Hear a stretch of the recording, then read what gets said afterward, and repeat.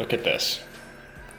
Croco Berry Crunch. It's basically a ripoff of Captain Crunch, but fuck it. It's good as fuck. Can't forget the cow bowl. Look how cute it is. My grandma was telling me that this is actually meant to like put sweets and stuff in because it has the stand on it, but I've just been eating cereal out of it, so we're gonna keep doing it like this. God damn it. I just took my hat off and I feel like Justin Bieber.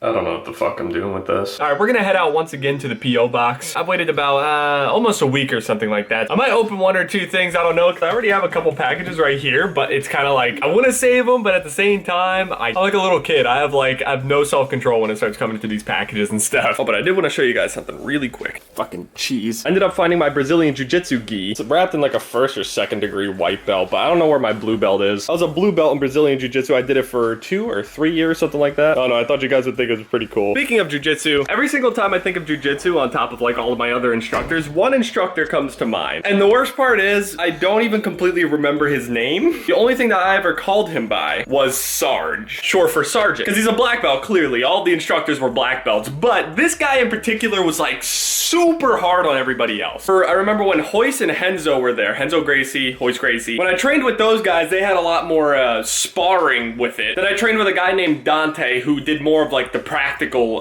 drills and stuff like that. And then you had Sarge, and this guy believed that the stronger you were, the better you were at jiu-jitsu, which is, it's kind of weird because a lot of jiu-jitsu practitioners will say it's not all about your strength and stuff like that, but Sarge will sit there and he's like, all right, everybody down, we're gonna be doing like 200 fucking sit-ups, 300 push-ups. If you're tired, stay up, don't fall. If any of you give up, we start over. But the funny thing was, this whole time that he's been screaming at everybody, he had this voice that sounded like this. It was like the lightest voice in the world, and it was this biggest guy in the world. He had an afro and everything. Oh, jiu-jitsu.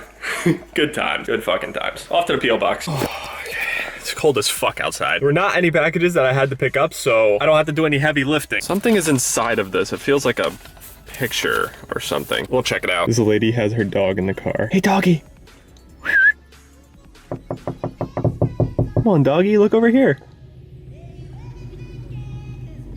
Hey, doggy.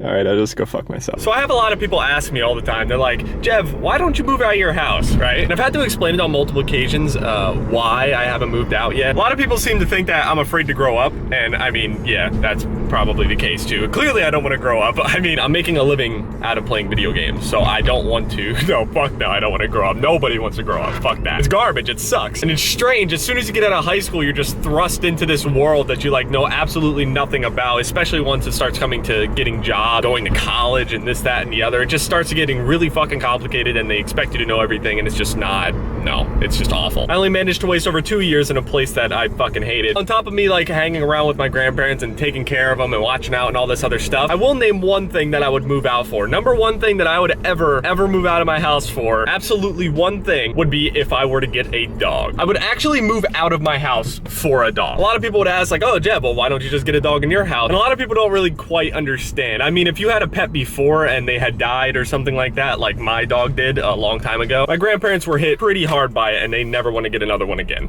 Me, of course I do. I'm always gonna love the dog that I had before, but I have plans, okay? I have handpicked breeds and shit like that, and I know exactly what I want. Don't vlog while driving, by the way. I would actually move out of my house specifically for a dog. Actually, I would go place to place with my dog and then check them out together and see if my dog likes it. All right, so we're back home. What are we watching? Watching some of Bjergsen playing Dark Souls. I can't wait for Dark Souls 3. So also another thing, I ended up receiving this picture here. Now, a lot of people are gonna recognize, well, Jev, you didn't open this in the P.O. box opening. That's because the person that gave me this actually ended up showing up to my house and handing this to, I guess, my grandfather or grandmother while I was like chilling in my room or whatever. Been having a couple people show up to my house recently, which is, it's a little weird because it's not my house, it's my grandparents' house. So if I were to like move out of here, I'm gonna have like people like showing up to this house and shit asking for me. It'll just be weird. But I think I'm gonna open this package here. The fuck is my knife at? Let's open this bitch.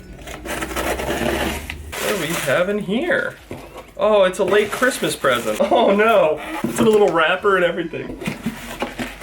Hello, Jev. You might remember my Moo Moo bowl. I just ate out of this shit earlier. My name is Sean. I hope you enjoyed it and I hope you like this one too. I also sent you a t-shirt that is coming January 12th. I hope your cereal doesn't spill out anymore. Goodbye. Okay. No fucking way. It's a fucking shark bowl. It's I'm opening it. A lot of people don't quite understand. You have no idea how clutch the Moo Moo bowl came in for me. And now I can eat in style with my shark bowl. I should have opened this sooner so I could eat out of this in the vlog. This is a big ass bowl. Thank you, Sean. I'm not gonna open up any more of the stuff. I wanna save it up for another P.O. box opening. It might be a while before the next one because the P.O. box thing is kind of slowed down. It's past the holidays and stuff like that. People are like probably near dead broke and shit. Not gonna be bothered with paying to send shit in the post. After Christmas exhaustion, realizing that your wallet is empty. I'm gonna show my grandpa this bowl. I wanna see what he says. Hey, you know my Moo Moo bowl? The cow one? Yeah. Check this one out. It's a shark. What? So what, are you gonna eat cereal out of that one though? Yep. What the hell?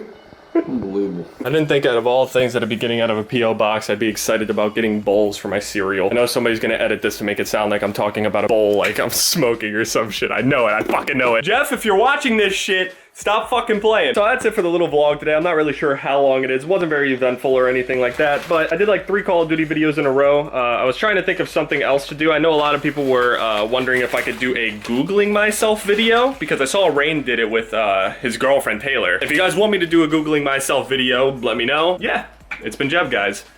Later.